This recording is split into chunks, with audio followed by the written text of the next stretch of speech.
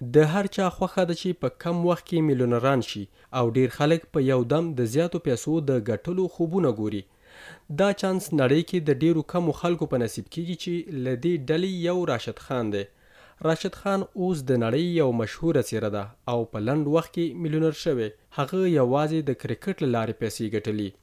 راشد خان هر کال د افغانستان د ملي لوبډلې سربیره په نورو معتبرو لیګونو کې هم لوبیږي چې هر لیګ راشد خان ته پنډ پیسې ورکوي.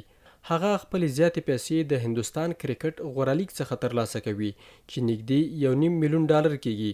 همدارنګه راشد خان د ټیسټ لوبې په هر سیالي کې له افغان کرکټ بورډ څخه 2.5 لکه افغانۍ، د 500 ورځې لوبې په هر سیالي 1.5 لک افغانۍ او د یوې 100 ورځې لوبې په بدل کې شاوخوا 1,20,000 افغانۍ اخلي. همدارنګه د میچ فیس ترڅنګ کرکټ بورډ راشد خان ته شاوخوا 2.5 لک افغانۍ د هرې میاشتې معاش ورکوي.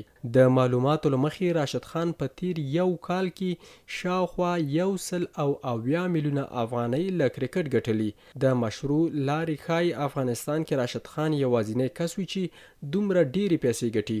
راشد خان په هره دقیقه کې تقریبا په اوسط ډول 300 افغانۍ ګټي او په هر یو ساعت کې نږدې 2000 افغانۍ ګټي او په همدې اساس هغه په یوه شپه او یو ورځ کې په اوسط ډول شاوخوا 15 لک افغانۍ ګټي. افغانستان کې ښایي زیات میلیونران وي خو کمو کسانو یوازې د سمې لارې څخه میلیونونه پیسې ګټلي وي. ستاسو په فکر تر راشد خان پرته نور داسې څوک دي چې په کم وخت کې میلیونونه ډالر ګټلي خو له حلالې لارې څخه؟ د راشد خان سربیره زیات شمیر نور افغان کرکټران هم له دې لارې زیاتې پیسې ګټي. راشد ارمان اوس د راشد خان په نوم زیات شهرت موندلی. خان پښتنو کې هغه چاته وایي چې ښه تاریخ او زیاته شتمني ولري، خو راشد خان په رښتیا هم د کرکټ خان دی.